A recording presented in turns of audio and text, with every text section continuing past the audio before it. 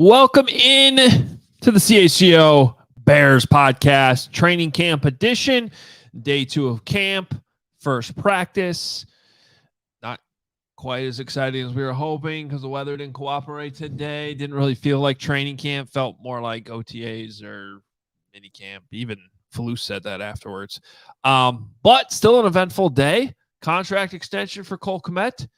Adam Hoge, Mark Carman, Nicholas Moreano with you here. Appreciate everyone being with us as we roll on through the start of training camp. What's up, guys?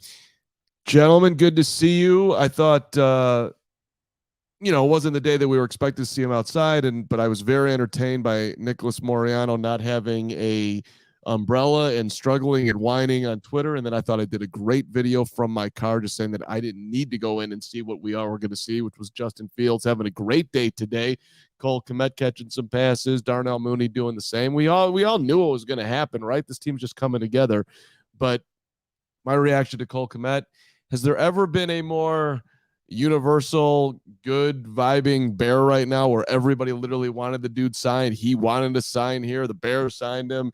Everybody thought this was going to happen. And listening to Kmet talk about it, I guess there was some stress around it, but it doesn't feel surprising. It feels logical and just a very solid piece that the Bears have going forward. He wanted to be here. The Bears wanted him, and they got it done.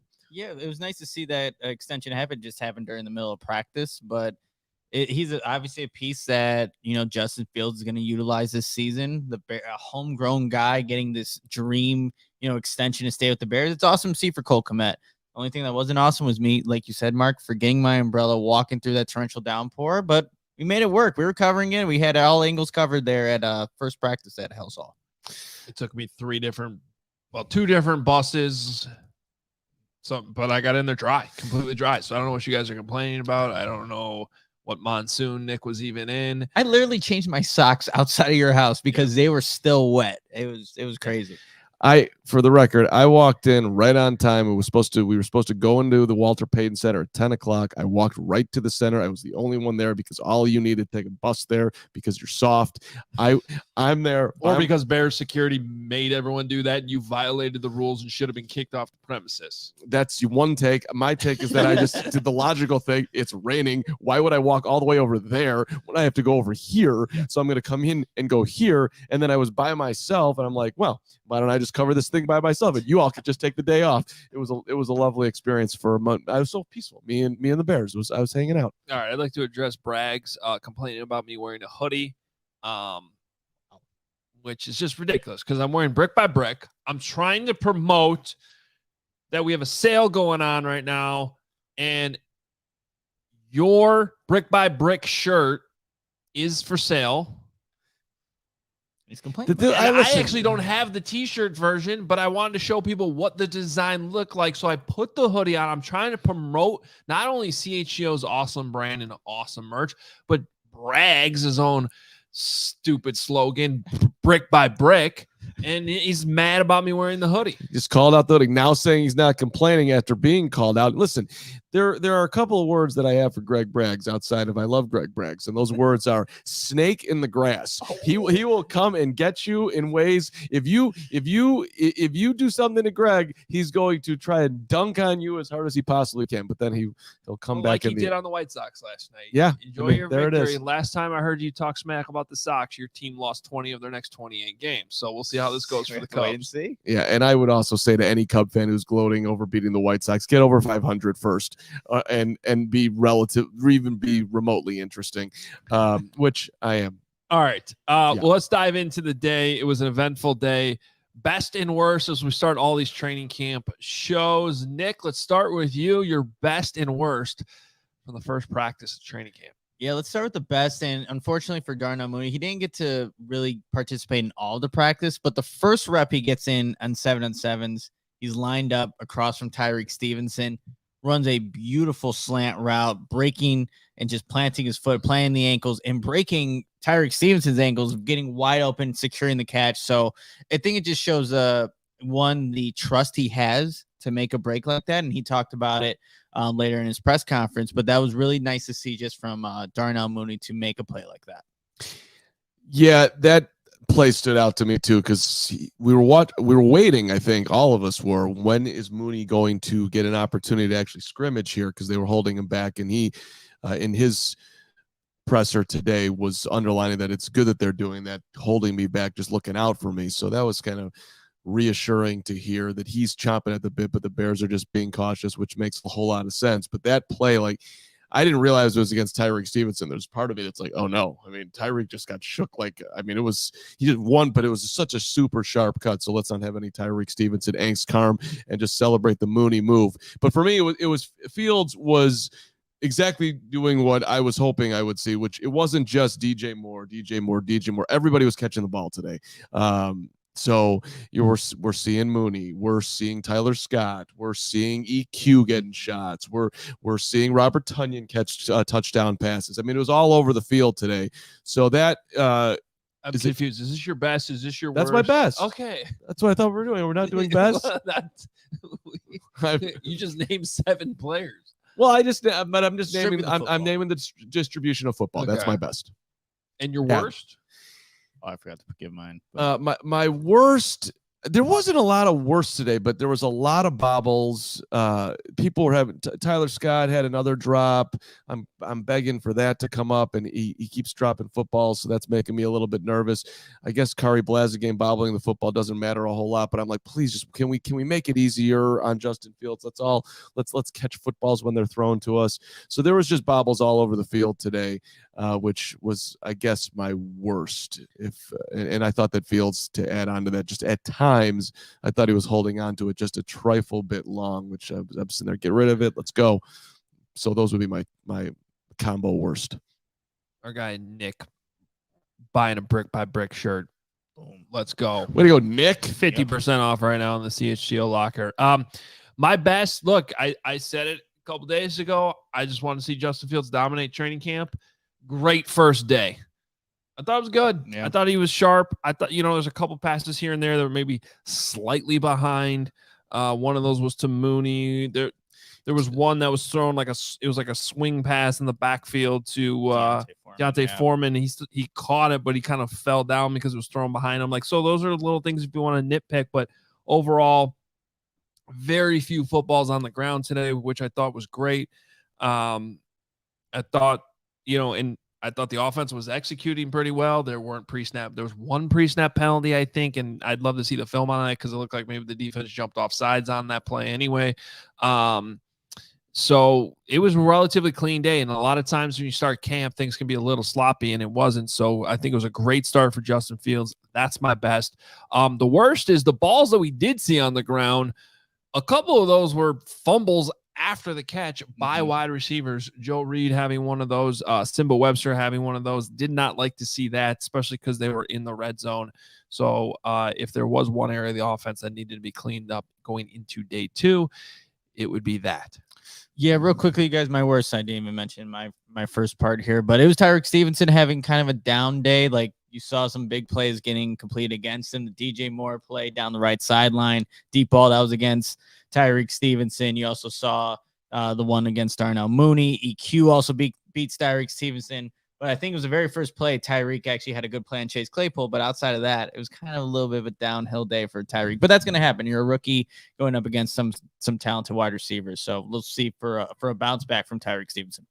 Claypool, they didn't give him a ton of reps today, but he did have a great press conference, which we'll get to. I thought he was very impressive speaking to the media today. I actually thought he looked good too. He beat Kyler Gordon on an inside breaking route for a touchdown, so it looked good. And I did notice his energy a bunch too. Like, he was out there hyping everybody up. It seems like there is a chemistry that has been built in that wide receiver room with Chase that was not there last year. So that was encouraging to see as well. Yeah. So, but the big news of the day came in the middle of practice, which was kind of interesting to see people react. I noticed Ryan Poles look at his cell phone just moments after Adam Schefter tweeted out the news. So that was probably a realization that it went out there and got public. But Cole Kmet gets the big extension, 4 years, $50 million. This was the one that we have been speculating would come first. It is technically Ryan Poles' first extension that he's handed out to a Bears player. But I mean, there's been some guys re-signed in here. And I don't know if EQ's was an extension, like that little 1 year. That doesn't count. Yeah, let's make that not it's like count. $1 million. Yeah, that's why I thought about it, like, because I know that was being talked about in the media workroom. Like, oh, I kind of forgot about that. That is an extension. Yeah, I guess. But this is the big. This is like This is like a real extension. Like, you're locking up one of your core players long term. So what do you guys think? I just, we've been sitting here with the Bears having the most money still available, 30 some odd million going into today. And how are they going to use it? Clearly, they were holding money back for some extensions. When was it going to come down? And it was interesting for me just to hear Kmet talk about saying that he was like the last couple of days were a little bit nerve wracking, whether it was going to get done or not, which to me, if I was him, like, this is getting done and I'm not sweating it, but he was. And I also enjoyed him talking about, like, Jason Leeser asked him, like, hey man, you just got paid $50 million. What's that like? He's like, yeah, I have no idea. I'm not sure. This is a little fresh. This is life-changing stuff. Like, you're 25 years old and you're set for life and you get to play football in your hometown for the Chicago Bears. I mean, talk about dreams coming true to the 10th power. That's what Cole Kmet's living. But he also added on that he wants to be worth way more than that to the Bears, when you look back on the deal, which I thought was cool for him to say. Yeah, for me, I think for the Cole Kmet, obviously the 4 years, $50 million, how much he means to his Bears offense. And it's not just what he can do from a receiving standpoint, but he's going to be a big part of blocking. He talked about that in the beginning, like that was an area of a game that he needed to work on. And obviously the Bears like to run the football here in Chicago, and that's an area of his game that has gotten better. And, I wrote an article earlier for CHGO. Cole Kmet is a pivotal piece to helping unlock the Chicago Bears offense in 2023. And I think that's why you go ahead and lock up this guy for the contract that they gave him. But I think it's a piece for Justin Fields moving forward to have his best version of himself in 2023. Cole Kmet's going to be a part of that, whether that is the receiving standpoint or helping block and set up things for big plays downfield. Cole Kmet's going to be a part of that. Flu said that, like, he underlined that this is the exact guy that you want in your locker room. His leadership, the way he handles adversity, works the same. Things are going well. Things are not going well. Things have not gone well lately. Cole Kmet was a rock solid presence in that locker room. And then I asked him today about, what's the next level for you, talking about how he wants to earn that contract. And he said, like, well, I do everything.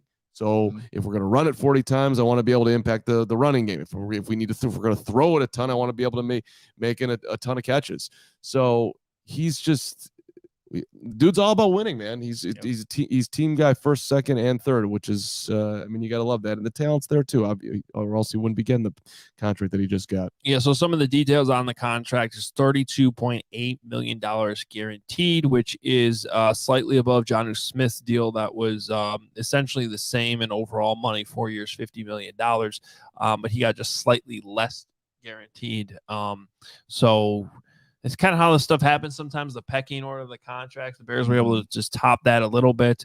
I like how they did this, though, because it's $20 million in new first-year cash, which and let me give credit to our guy, Brad Spielberger, who's been on the show a bunch and is really good with this stuff.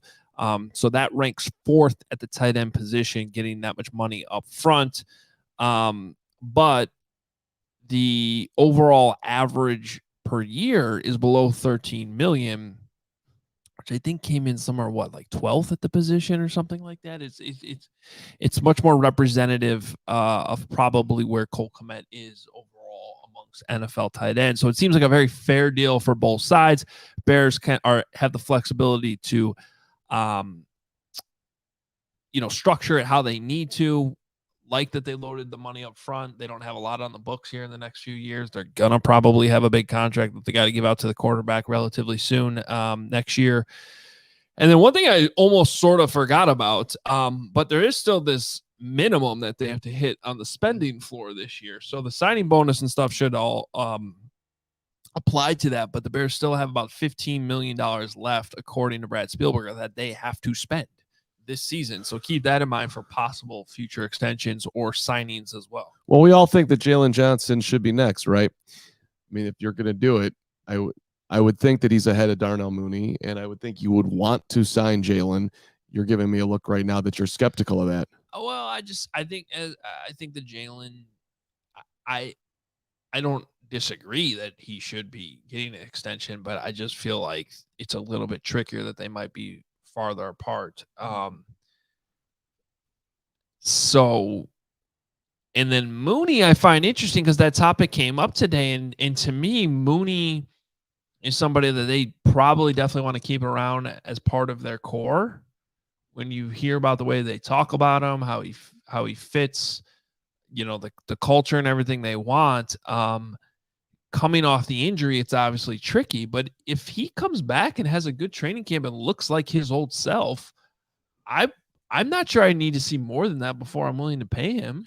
Well, Darnell Mooney, he went on the St. Brown Brothers podcast, and the Bears, he basically said the Bears are waiting to see how he moved before they can really get into like contract talks and things like that. And now we see he's in this ramp up period. He's not completely, practicing yet, but I would think, if they like what they see, he's moving out there, making plays, that maybe it's not too far off from the Darnell Mooney extension talks that, maybe we see that happen. Like we just saw the Cole Kmet one, because I think he's also a big factor in helping Justin Fields. And I wonder if that plays into the consideration for Ryan Poles. Yes, you need to keep a lot of your good players, but this one, Darnell Mooney impacts Justin Fields more than a guy like Jalen Johnson would, even though he's obviously a good player for the defense. They need him. But yeah, I think if they see what they, see him moving out there, making plays and continue to ramp up in the way that they want, that's going to be an interesting conversation too. Well, and, speaking to maybe they're far away with Jalen. I mean, maybe with Darnell, because of the fact that he's got screws in his ankle and he's coming off an injury, and there's an injury, just period, more risk for him. Maybe he's willing to sign a deal that the Bears are willing to take a risk on, and so they could come together. Maybe that does line up a little bit better than Jalen, who perhaps is wanting to get paid. But when Jalen's talked about it, though, Adam, like, he has not been like, I'm going for every last dollar. Maybe he is. Or maybe even he isn't, and the Bears are still not willing to get to where he thinks, not even the last dollar. Well, he does have a new agency that he just signed with, and we'll see how that goes. But just a box that needed to be checked that I mentioned yesterday is just he was there today. So, like, no funny business, no surprises today in terms of guys not being there. Cole Kmet getting the extension, you could tell he was relieved about that. Just it's been a hectic few days, and now he doesn't have to think about it anymore. That's good. Well, let's actually hear one clip from Mooney, Steven. It's labeled he knew he was going to have surgery on his ankle at some point, which I was, if this was something that was out there, I did not know it.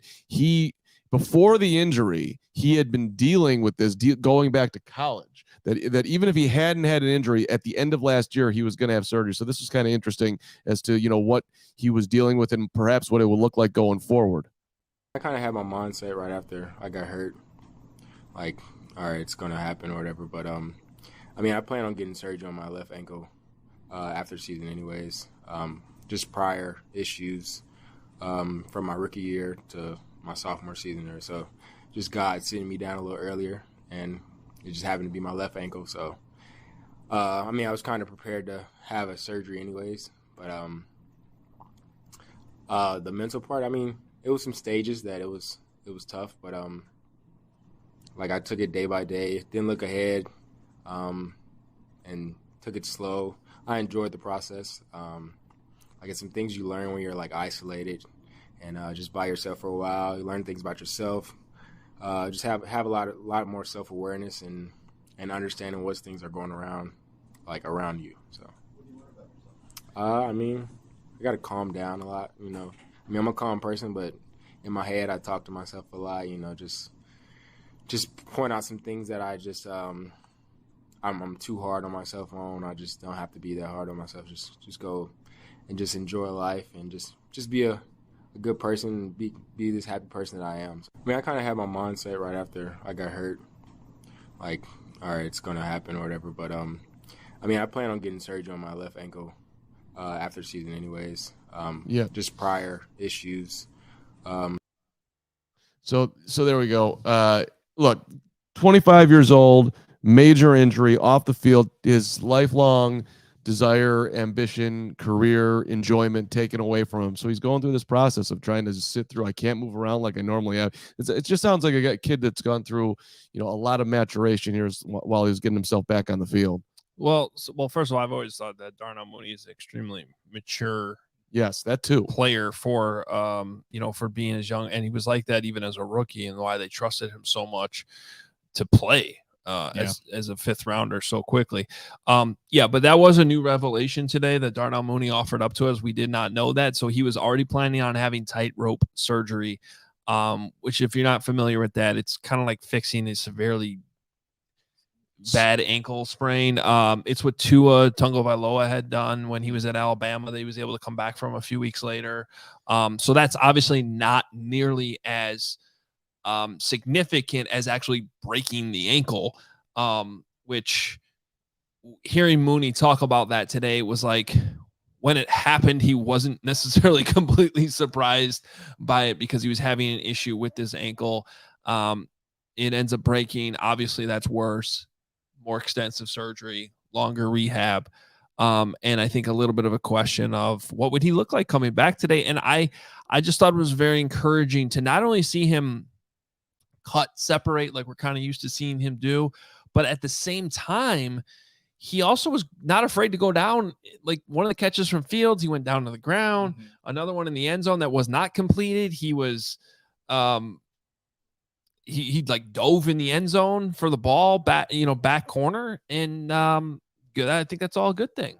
Yeah, and he was like saying in his presence, like, this isn't new. Obviously, we're seeing it, this being the first practice of training camp, but he's been working with Justin Fields in the offseason. They've been working together down in Florida and things like that. And, him just being able to, just continue to separate, play like his old self, that's obviously encouraging to see. And I just hope that we see the same Darnell Mooney that was going over 1,000 yards and was being a productive weapon for the offense. Because if that happens, that definitely helps Justin Fields' chances of getting those 4,000 yards that he wants to get and get this offense to where it wants to go. Do we play both of those Mooney cuts there? I was a little confused as to what, but I think we just played one, but then it rolled back in. If there's another one, Steven, let's go ahead and play that one. Yeah, we only played the one. It was started looping. Yeah. Let's do the next thing for Mooney we have. We all in the NFL love that. Love how we want to get extended. I love Cole. Cole's my guy. Everybody thinks I love playing with Justin. I mean, I do. But Cole, I love playing with Cole. I talked to him after the game, before the game, in the huddle. Like, I just love Cole. Yeah, so. Why? What about Cole you connect with? I mean, we have communication with.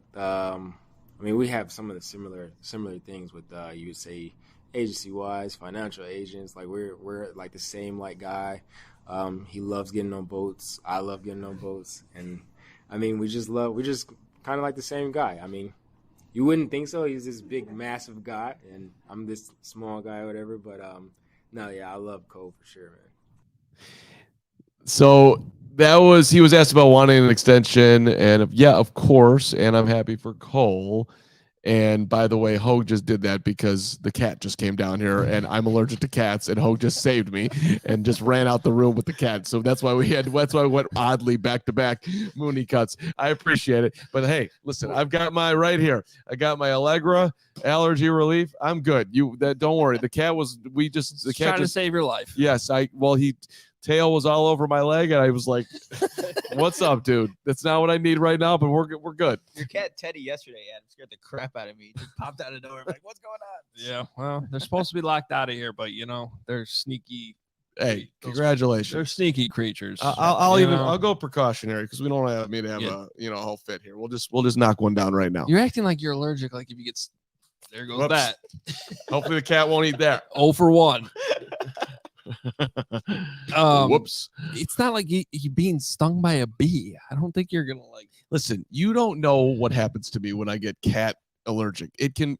I'll start making you. You called me out at in Hallis Hall today for doing some weird twitch, which I wasn't even aware that I did. Like I was doing a stretch and I did some weird thing. He's like gyrating his and then You were sitting there with your headphones in at House Hall at your studio and or at your cubicle and literally like caused the motion. No, I didn't. 4 different people noticed it because you were just like. That's not. That's exactly what you did. All right, whatever. Maybe I did. That's fine. I'm sure I did do that. You know what? Nick noticed it. I noticed it. Mike Berman from NBC I think, felt violated. Okay, I'm sitting next to Berman. Berman has no grounds to stand on any weird actions at training camp, and neither do either of you. So, and I'm telling you, if the cat allergy hits, it would not be a good thing. So this is okay. I just once normally I've got to touch the cat and then touch my eyes. Anybody out there in cat land, they know what I'm talking about. All right, back to the show. Thank you very much. Quit being soft yourself, brags. Take your little shimmy to Hooters. Why don't you? New sponsors to this program here. What a transition by Hoge. Because Hooters is your spot to catch all the games this season. Step up to the plate for world famous wings, delicious seafood, stack sandwiches, salads, and more. Tons of great beer specials. What's going on? Grabbing the pill. Okay. Don't want anybody to get it's in the pocket now. We're good. Okay. Oh yeah, we do have toddlers running around. All right, they got tons of great beer.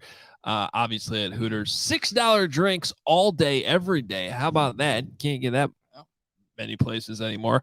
Check out seafood specials that Hooters has. 1983 for a great year in White Sox history, by the way. But $19.83 for a pound of crab legs and great prices on buffalo and steamed shrimp. Hooters is celebrating 40 years in business all year long in honor of the anniversary. On the 4th of every month, Hooters will be hosting throwback events, bringing the 80s back with 83-cent wings and other great specials. The next one is on August 4th.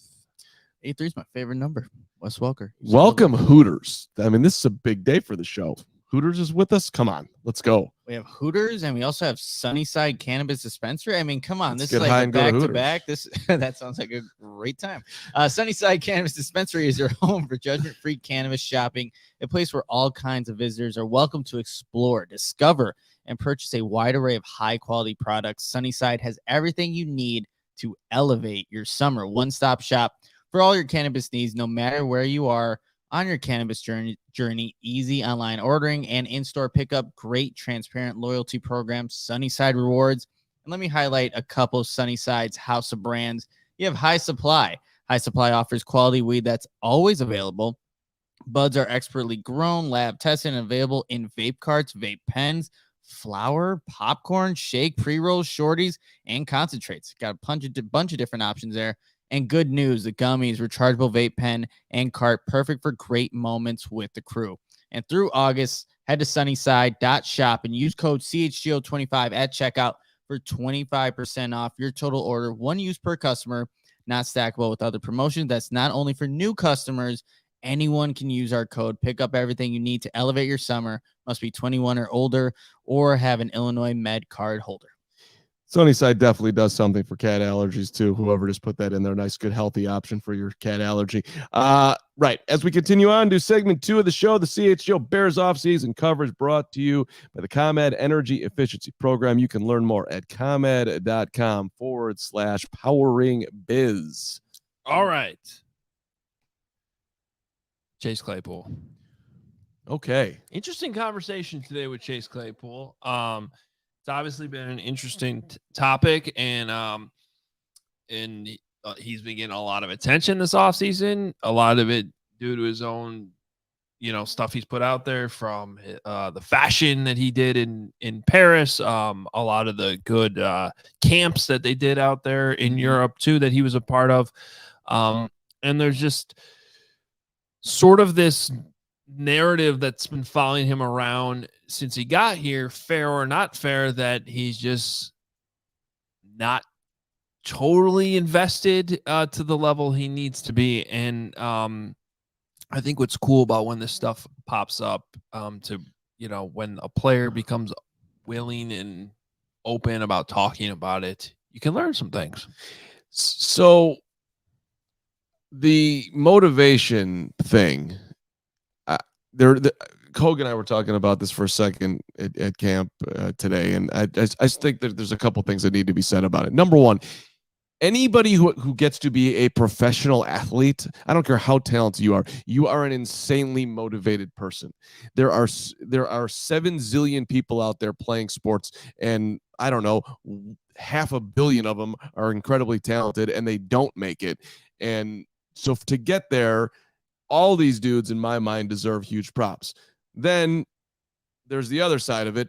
You are competing against the elite of the elite of the elite. And where do you rank in that crew as far as putting yourself, into it every single day? And so that has been something that's been called out on Chase, and that's also that he pushed back on today. And I liked hearing him push back on it. Like, look, dude, in the Packers game, my knee nearly fell off. It got cracked, and we thought his season was over, and he was begging to get back on the field.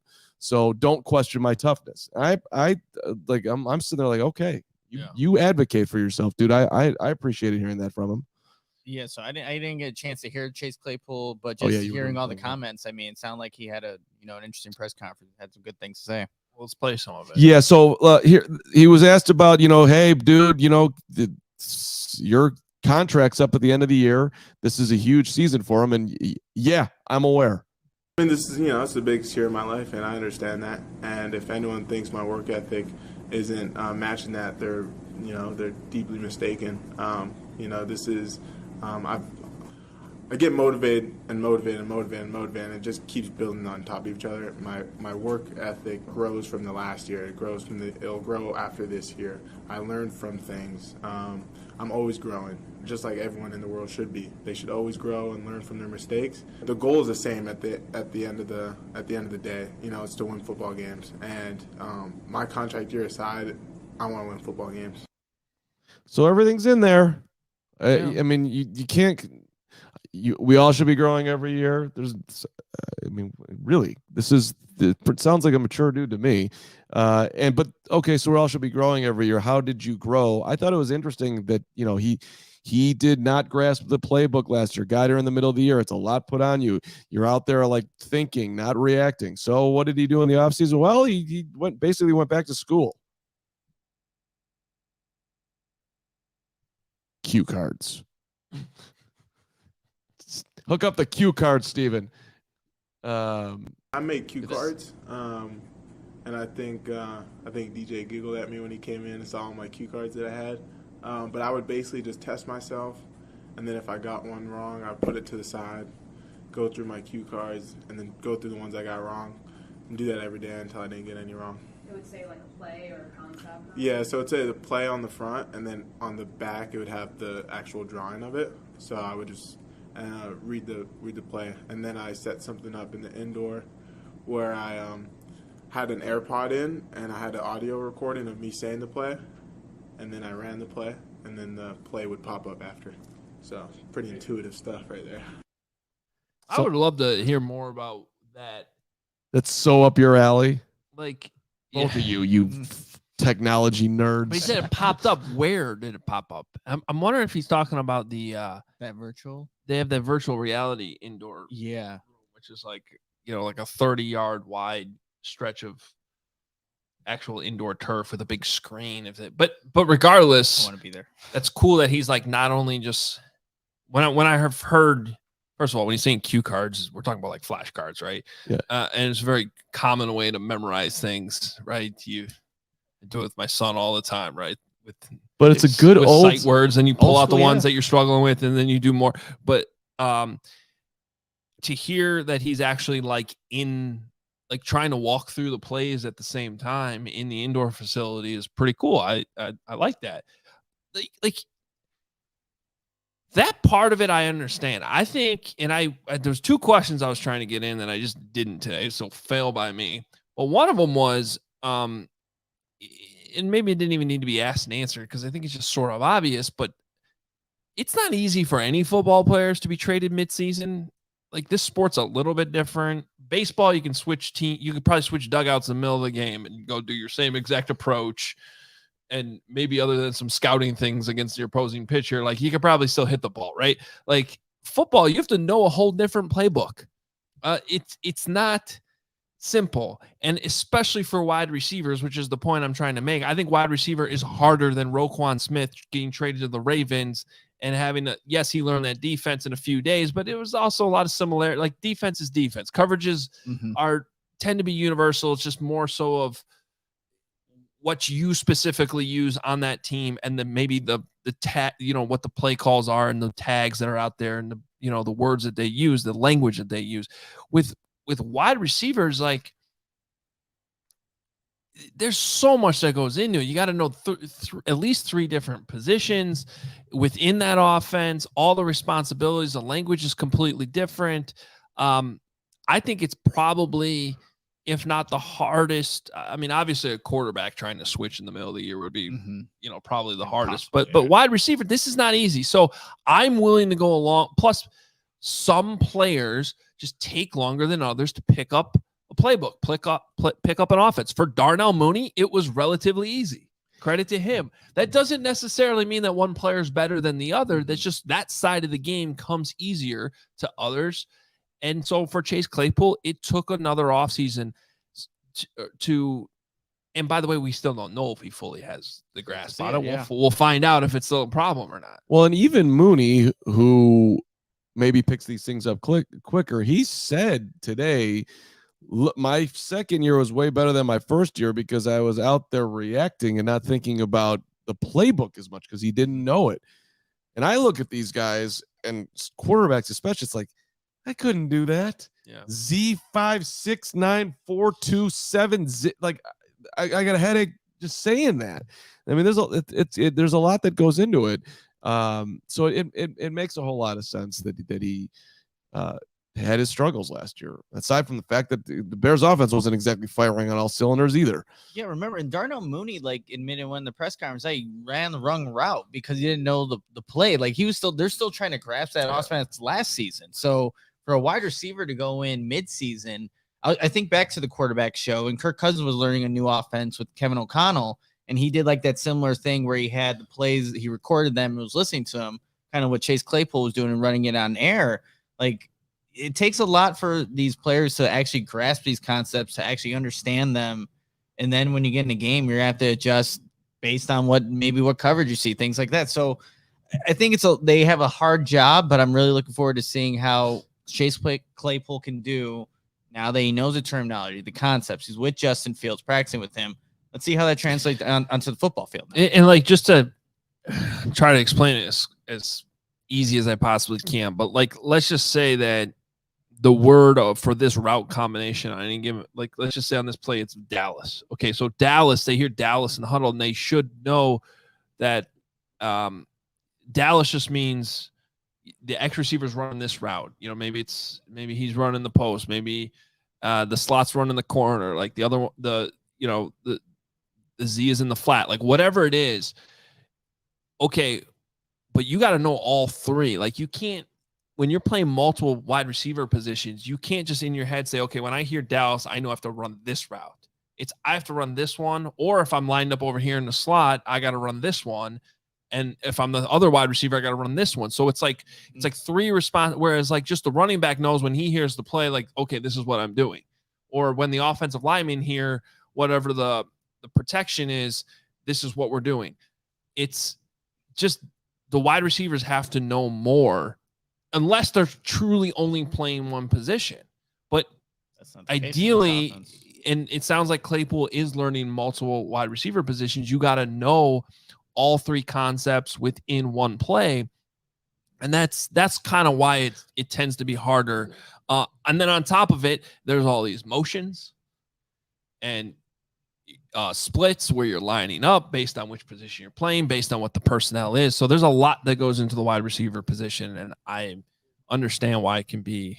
And he also underlined that to truly feel comfortable out there, he wants to know on each play where everyone is going to be.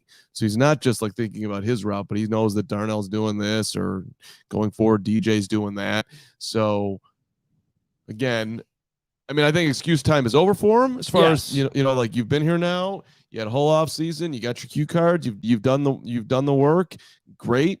And okay. And he's not shying away from that. It's go time. Like you should have this down, and this is why they pay you what they pay you. And it's time to see it. And hopefully the offense will come together, and he'll be a big part of it. And if he's not, and I say something negative, the world will go nuts. Hopefully that doesn't happen again. But yesterday, DJ Moore talked about the offense. He said, coming from different backgrounds, this offense is pretty unique. A lot of different tags and terms, this and that I learned coming in. It's helped me grow more than what I already knew. But there's a lot of different concept and terminology in this offense, and Claypool's not the first wide receiver to express that. So it's going to take some time, but I think obviously being in the off season now and learning it, we should see, like you guys said, no more excuses now. Well, I think we're all on the same page on two things. Like, okay, it's understandable why it took Claypool longer to learn all this. Now he's got to know it. Mm-hmm. Now it's go time. I think where this gets a little bit more in the weeds, where some fans have gotten upset perhaps about some of the reporting, or upset at him for his interests, and I see both sides of it on social media every day. We didn't play this yet. I don't think the Claypool on how he's now aware of Twitter. Yeah, no, we haven't. Let's hear that one, because I want to respond to that part of it, because I think it goes beyond just what the fans are saying about him. But here's what he had to say about this. Yeah, I kind of have to be told by my family what's going on in the Twitterverse. I guess I get it. Maybe people weren't happy with how I dealt with the offseason, but that's only the perception that was given to them, and not the reality that's true. I remember almost blowing my knee out against the Packers and being done for the game, and kind of pleading to be put back in, put a knee brace back on, and went back in and try to help my team win. So if there's any questions on how much I'm willing to do to help this team win, there shouldn't be. I'm doing everything I can to be as healthy as possible, and no one in the game ever wants to get injured. So I think that's a great answer, first of all. Good for him. And there was a question earlier in a comment being like, Claypool sounded defensive to me. Did it come off that way in the room? Only a little bit, but I think he had a right to be, especially because of the questions he was getting. I think he handled it very, very well. What I just want to make perfectly clear is it's long been a tough discussion for me when it comes to players who have strong interests outside of the game of football. Because, first of all, I think it's very cool when they do. Right. I think it's great, and I think it's healthy. And I think both in the short term and long term, it's very healthy to have interests outside of just football. But it becomes tough because inside the building, think about what Flu said yesterday. He wants elite competitors. And it goes back to what you were talking about, Carm, and you even brought up yesterday with Tiger Woods. Like, you have to be obsessed, though, with this all the time to get to the level that you need to be at to succeed. And I think, like, when you watch Quarterback, the show on Netflix, you see that from Mahomes. You definitely see it from Kirk Cousins, who, in my opinion, probably wouldn't even still be in the league if he wasn't obsessed to the point that he is. Exactly. Yep. He's overcome some of his talent deficiency because of that, to maintain his spot as a starter in the league. So as sometimes I'm critical of him as a quarterback, I have a lot of respect for him for how he's been able to maintain his status in the league because of his obsession and being one of those elite competitors. And I think that's ultimately here with Chase Claypool in what he has now declared the biggest year of his life is great. You should have all these outside of interests. I like that. I think that's cool. But can you channel it on the football field, on the practice field, and in games to still show this coaching staff, this front office, that elite competitiveness that they're now on record saying they want to see, which is totally understandable from an NFL football standpoint, because these guys' jobs are on the line just as much as the players are, because they have to win football games ultimately. And those are the players they want. So it can be a dicey conversation, but now that I think that's where we're at with Chase Claypool. Can he show that on a regular basis? Because I do have to say, this is not just something living out there in the Twitter world. There's been questions inside the building about that too. And I think that's where he's got to prove it. Look, and I can't wait to see the results. I'll tell you this, small sample size today, but going back to the start of the conversation, he looked totally invested today. He looked good. He looked healthy. I liked his energy at practice today. I liked when he got the ball, how hard he was running with it. So good first day for Chase Claypool, and I hope it continues. Yeah, and if they're going to use him in the slot like they did, like he's a mismatch guy. How big and fast he Absolutely. is. Like, you get him on a linebacker, like stop. That should be Chase Claypool winning that matchup every single time. This time he was matched up on Kyler Gordon, won that matchup, scored a touchdown. So Chase Claypool, if everything is connecting, he knows the playbook, he's on sync with Justin Fields, hopefully you see a big season out of number 10 there. Great day for the Claypool. My favorite moment, when he was warming up, he had his jersey like half on. I have a video of this. I'll throw it after the show. And I'm sitting there being kind of jerk Carm. People are calling it Carl. I'm like, why isn't your jersey on? Why aren't you wearing your jersey like everybody else is wearing their jersey? Let's get like yesterday we were getting ready for the show and Bragg's shirt was off. Yeah, I missed that. Thank God. That's a rough look. But he kind of sort of put it half on, and then I'm watching him like you could just see how much energy was flowing out of him as practice was starting, and then he starts high-fiving literally everyone. I'm like, all right. And these guys, Mooney gets up there and is singing his praises, and so is Justin Fields, Cole Kmet. So they don't have to do that. Like Darnell does, he could talk about him in different ways, but so he's doing something right off the field or in that locker room. Now, the only thing at the end was Courtney Cronin then asking. Oh, that was weird. Fields mentioned the knee because Fields said he tweaked his knee.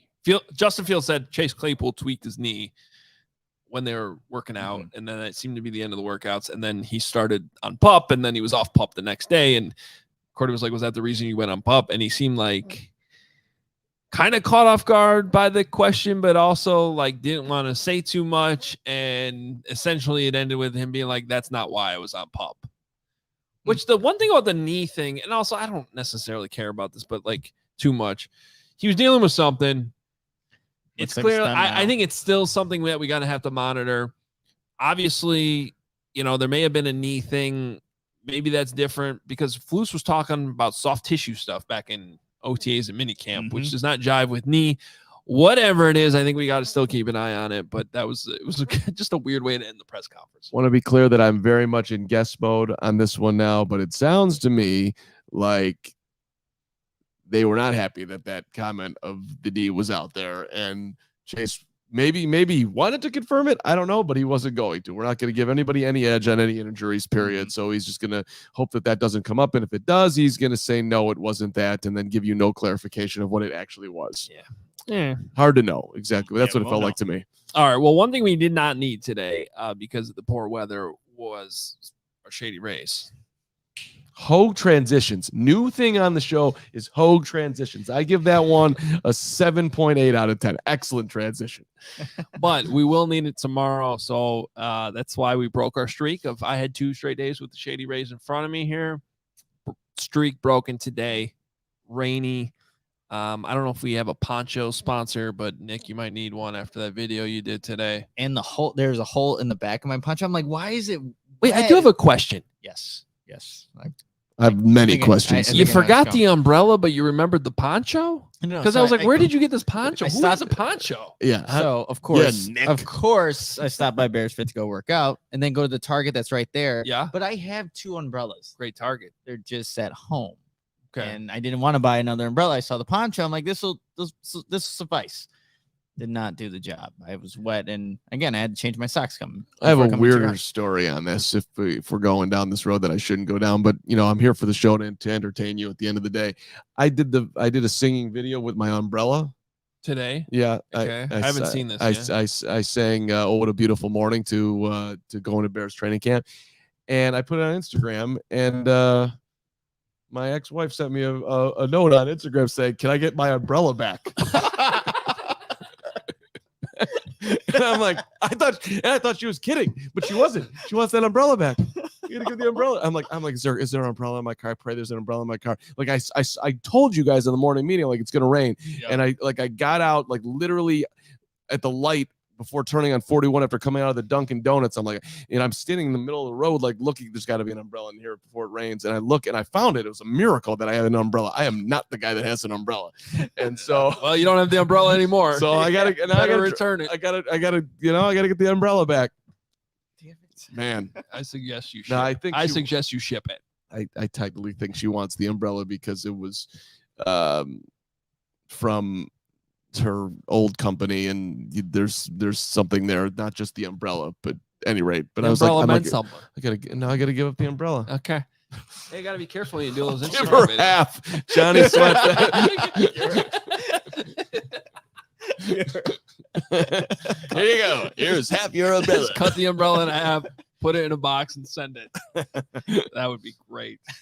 I need to hear the conclusion of that story in a couple days. All right. Well, this all started with our friends at Shady Rays. We will need the Shady Rays tomorrow because we love our Shady Rays, and they have you covered for the warm weather, whether it's training camp, whatever you're doing this summer. They have premium polarized shades at an affordable price. That's why we talk about it every day. Shady Rays is an independent sunglass company offering world-class sunglasses, just as good as any expensive pair we've worn. The frames are durable. The optics are extremely clear. Whatever your outdoor adventures are, Shady Rays has you covered. And that's not all, because they offer the most insane protection of all of eyewear. Whatever could, maybe you'll get hit by an errant throw from the quarterback. I hope not. But if you did, PJ Walker might do that. no. I like PJ Walker. Okay, fine. Tyler Badger might do that. He was picked off today. Definitely not his name, but Agent.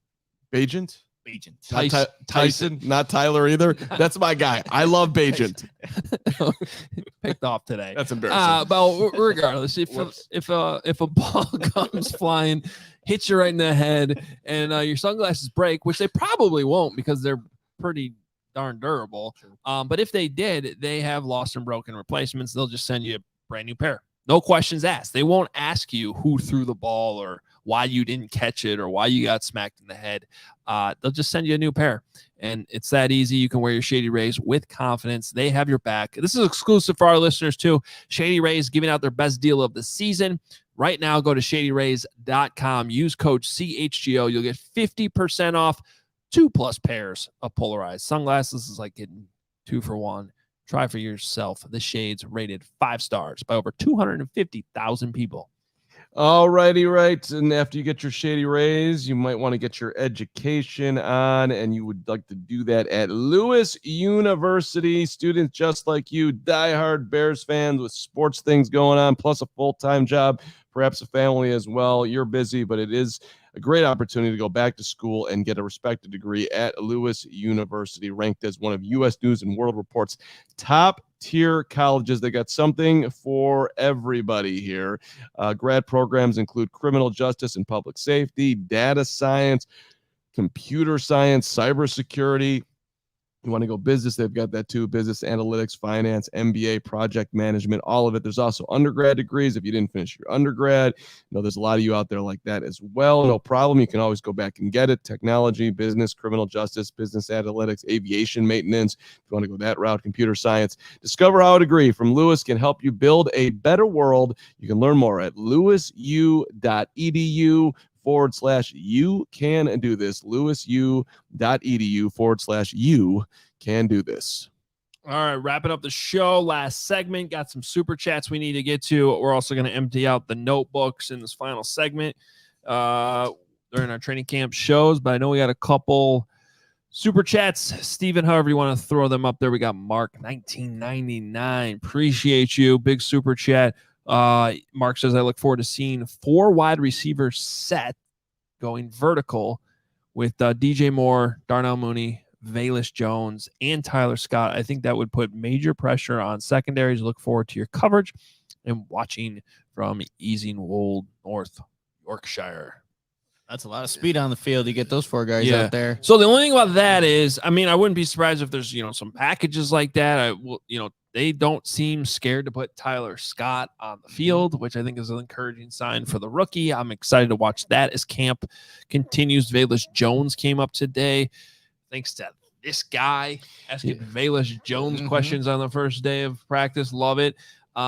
We could play that real quick. I thought it was because to your point, the question, I don't think we're seeing that because Velus, Flus is impressed with him, but it doesn't sound like he's going to be lining up at wide receiver a ton. So I did ask him about. We've seen him out there. Okay, maybe I'm wrong, but he crowded room though. But okay, here let's hear what the Flus had to say about Velus because yes, I did ask him about it, Stephen. Has anything stood out with the Velus so far this year? Yeah, I think he's doing a really good job. First thing that stands out to me is returns. You know, the punt returns and kick returns. He's really been consistent with that and much better. He's really worked his tail off with that. Tyke's back there coaching him. Omar's back there coaching him along with Hightower. So I would say that's the first thing that stands out. And then the ability to utilize him as a guy back there with the jet sweeps and the gadget plays and also just being a receiver. I think he's got the comfort level. Now, second year through, you can see that his function in terms of being able to confident, know what he's doing, know how to do it, is really starting to show. So it could be an overcome assessment there that he put the receiving third, but that didn't stand out to you at all? Well, no, I do think it's worth pointing out. You did ask what stands out. That was the question, and he went to the returning first. Then he went to the gadget stuff, and then he went to and he's got to play wide receiver too.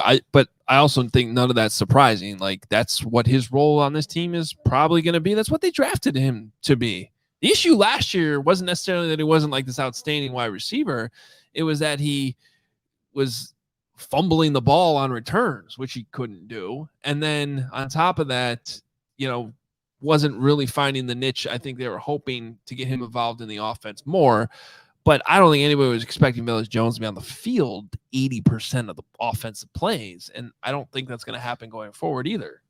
You know what? I think like when you look back at Velus, the biggest jump he could have made from year 1 to year 2 is his ability to be a return man because he got that job taken away from him.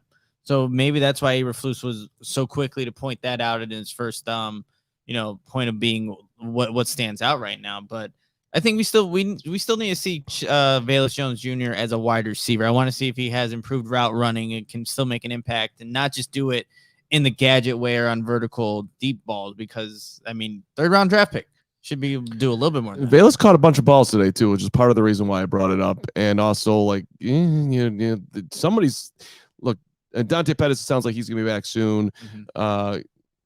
Claypool, whatever, that seems to be moving forward in a positive way too. But they might very well need Velus to be an impact player, at least contribute some 400 yards as a receiver this year if this offense is going to go. Getting back to that original question, though, I hope they have some 4 wide receiver sets too. But the reality is they also have 2 pretty good tight ends, one that they paid big money today. So getting them all on the field at the same time is a little bit of a challenge. And I do think that this is going to be an offense that still heavily relies on the tight end position as it did last year. And that's why you pay your tight end as opposed to the Mike Martz years where they said, bye, Greg Olsen. Bye, Hall of Famer. We don't believe in tight ends. Whoops. Okay. I'm glad this regime does. Couple more super chats. Drew, $5. If Fields dominates training camp as Hoge hopes, would your outlook on the season change, such as your win-loss record? Absolutely. Part of the reason why I don't like putting a final win-loss record, which I eventually will do, and it will definitely be wrong. I always wait till the end of training camp, start of the season, because this stuff matters. And absolutely, if Fields has an outstanding training camp, and it's all looking pretty good, that's going to make me feel way better about how it's going to go in the regular season. And so, will I add a win or two to the record prediction? Probably. Quarterback position is pretty damn important. Would you add more if you saw a pass rush in the preseason games? That matters too. Yes, absolutely. Okay, yeah, sure. So that's I'm just saying like overall when you're talking about wins, the thing that I'll be looking for most this preseason, once we get to that point, August 12th, game 1, is some level of defensive impact happening that we did not see last year up front. Last super chat coming from Monty, $4.99. If Claypool goes over 600 yards, Carm needs to buy a Claypool jersey. Also, are we getting any fantasy advice this year? Monty, since you just brought that up, yes, we will have a fantasy guest on at some point, definitely before drafts go on. Let's do that. That's an excellent producing job by you. And 600 yards, no. But if he breaks 1,000, I will buy the jersey and wear it at least once a week. I'll do that. 1,000 yards, I'll buy a Claypool jersey. That's no problem. That's fair. Mm-hmm. Yeah. That'd be a massive season. How many wide He's receivers? done it once. Well, I mean, if Fields is throwing for 4,000 yards, who's catching all these yards? How about this? 1,000 yards or 10 touchdowns. Which he's done before in his career. I think as high as 11. And I think that was his rookie year, right? Season. So that would be interesting. That's jersey worthy. You can hit those marks. All right. A couple little nuggets to get to from the notebook before we get out of here. They have 19 guys on the leadership council. That was a great moment. That was funny. I had no idea. So I asked, so he mentioned how Matty Eberflus mentioned how Eddie Jackson got a ton of votes on the leadership council. So I was like, oh, I want to know who else is on the leadership council. I'm thinking like, I don't know, 8, 9 guys. So it's more than, it's like your captains and then some. And I think it's a cool idea. He went on to say like anything that needs consulting from the players, like even the practice schedule, or they got to change something, or the meals, or whatever it is, things on the road. He goes to the leadership council, meets with them every week, gets all their input. I think it's a very good, healthy thing to do as a coach. But when I asked the question, I thought it'd be like 8, 9 guys. And he looked at me like funny. And I was like, why is he looking at me funny? And he's like, you want me to name all 19 guys? Yeah, I was expecting 4. I thought there was but then he said there's 9 guys on offense or 8 on defense or vice versa. I forget. And I'm like, wait a minute, that doesn't add up to 19. But, damn it, special teams, damn it. Oh, that's true. There you go. Hey. And Patrick Scales got to be on the leadership council.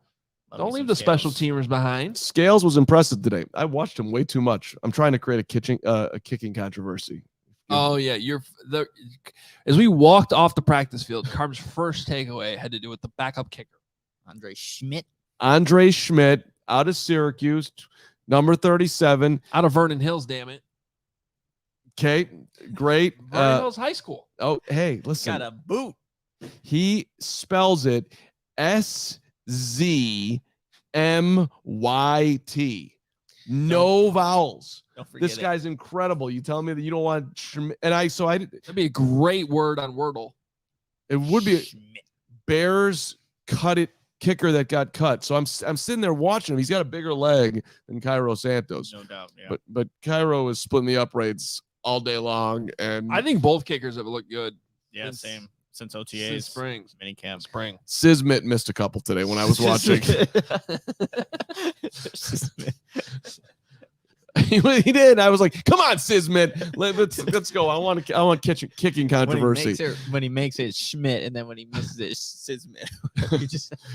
That would be the fun of it. Yeah. I mean, when that dude, if Sismet was our kicker, that's like next level move by the Bears. Yeah, but I don't think it's going to happen.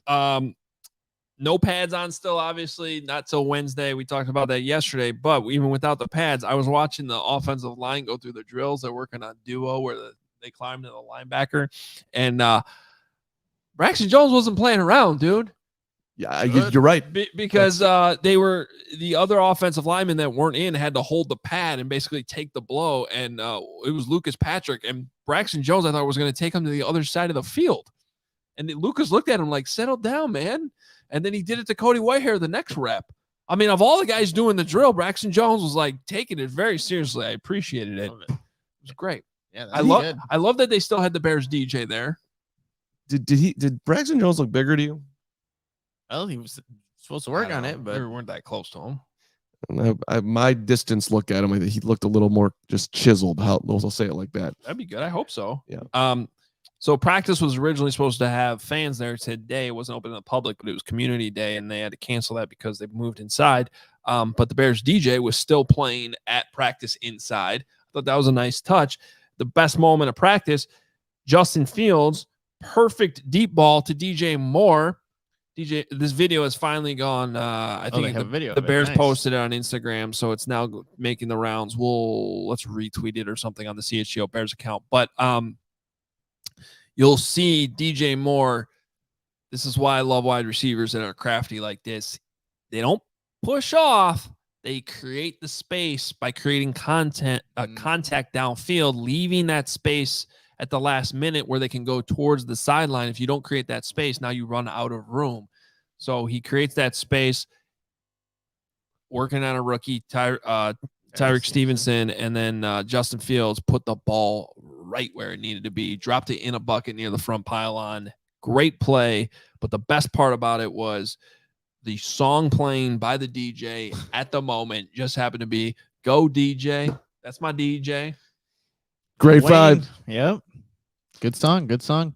Real quickly from just to share some of my notes here. Noah Sewell got some reps with the first team. He was sent on a blitz on one of these plays, you guys. I've been wanting to see these running backs pick up the blitz and pass protection. They're not in pads yet, but Noah Sewell went right by Khalil Herbert. Justin Fields actually it was an incomplete pass on the play affected by Noah Sewell. And a guy that we heard a little bit about in minicamp, Terrell Lewis, he had a really nice rush against Darnell Wright, and that was something that happened back in minicamp. So Terrell Lewis getting a little bit of the best of the Bears' number 10 overall draft pick. I don't like that these like isolated pass rushes that we keep seeing that are good, or they seem to be coming against Darnell Wright. I think once we get the pads on, you get to see more Darnell Wright. Because it's just I'm not going to put anything on the lineman really until I see the pads go on next week. So that'll be fun. Quick minor nugget. But the Bears did waive Sterling Weatherford, who was on the team last year, special teamer mainly, linebacker, and the Rams have claimed him. So, what was your favorite moment of the Sterling Weatherford era? Well, I actually have one. I had my mustache, only my mustache at the time in the locker room, and he came up to me. He's like, "That's a really nice mustache." I'm like, "Sterling, you're my dude." That's big. Yeah, that was huge. That never happens. No. I'd also like to put out there that the fountain was flowing again today. Yep. 82.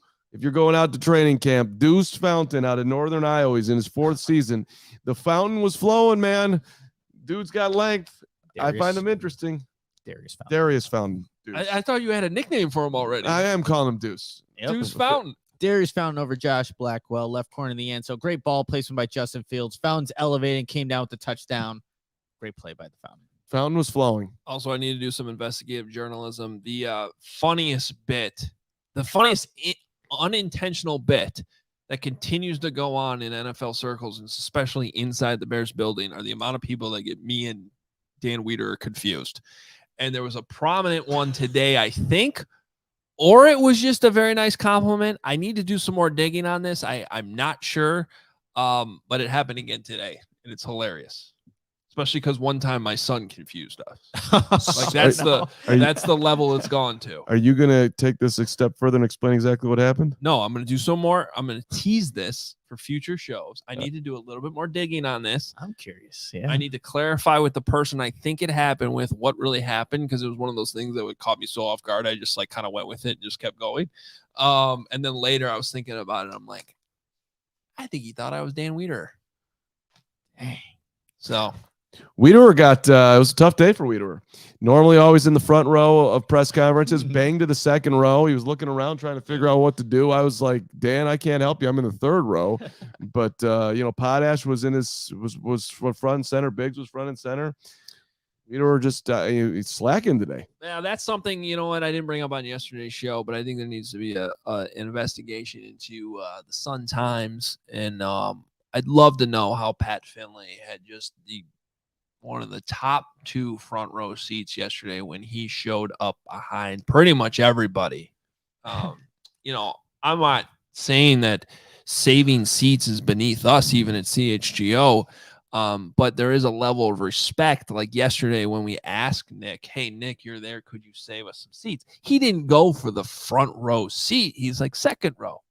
There's like me. Yep. Put me in the 3rd row. We just want a spot where we can ask questions, where the microphone can still pick us up. Saving the front row seat. I agree. That's a questionable move there by a Patrick Finley. But I will say that I had a Finley moment today where I went into the one bathroom that we have access to right after Patrick Finley. And sometimes you go in the bathroom after people and they don't take care of all the situations there. Finley left a perfectly perfect bathroom. Don't you worry. I'm not going to talk about people that don't. Okay. Finley's bathroom was outstanding. And I appreciate that because if I walk in on a non-perfect bathroom, i.e. pee on the toilet seat, then I don't want to be the guy walking out of there. And then you think it's me if somebody's walking in. So now I've got to clean your seat to keep myself from being on under fire. And Finley, pristine. I appreciate you, Patrick Finley. Some of the other people out there, I'm not going to name names, but I've seen some faux pas. A little disappointing. Not you, Nick. Not you, Adam. No, I'm not calling anybody out on the show. I promise you. I'm glad you made it to the end of the show. Didn't get murdered by the cat. Didn't get murdered by the That's cat. Good. Now that I think about it, though, Pat should have that front row seat because he's always the one who no one can ever hear his questions. Soft-spoken. Pat's not really a soft-spoken guy, though. It's only when he asks questions. He's a fast speaker. He's got a tone. So, yeah, you put him right there front and center, and the mic picks him up. Yeah. Okay. I'm okay with it in hindsight. This was a fun show today. Love that practices are back. We got to get outside tomorrow, though. I don't care what the air quality is. I'm not a smoker. I don't want my lung damaged either. But you know what? It's football. So we have to make some sacrifices. Outside. And if I need obviously that's actually a serious issue for a lot of people that, have asthma and stuff like that. So I understand why the Bears move practice inside. I just hope it doesn't happen again tomorrow. I hope the air quality is better. Get your shit together, Canada. Come on. Get those likes up. Which they have every right to say to us as a country, too, about a whole other amount of issues. But I'm just talking about, the smoke coming down. Canada, I'm not going at you. I want to come visit, so I want to be welcome. I understand this is not in your control, Canada. Tough world. Talking about North Korea here. They're not going to ban you from the country for talking shit about the smoke. People watch this Canada. show. Canada, the nicest people in the world. Last thing they'll welcome you with open arms. Very friendly. I'll see you soon, Canada. I have a new cousin born in Canada last week. Oh, congratulations. Congrats. Ooh, Canada. Shout out to baby Remy. Give us a like. Come on. Big show tomorrow from what time tomorrow, everybody? 4:00, right, Adam? 4:00. Yes, we have the national. This is the Cody Parker comment. Just, aliens are real, and I'm one of them. By the way, aliens. Parky's been on fire today. That's a whole other thing. Aliens are like here. Did you know that?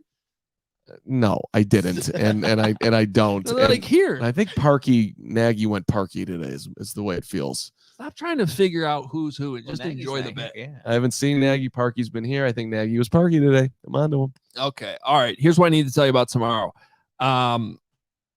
Donald E. Stevens Convention Center in Rosemont. CHGO is out there all day tomorrow, including our show. So we're still going to be at practice, still going to be at House Hall.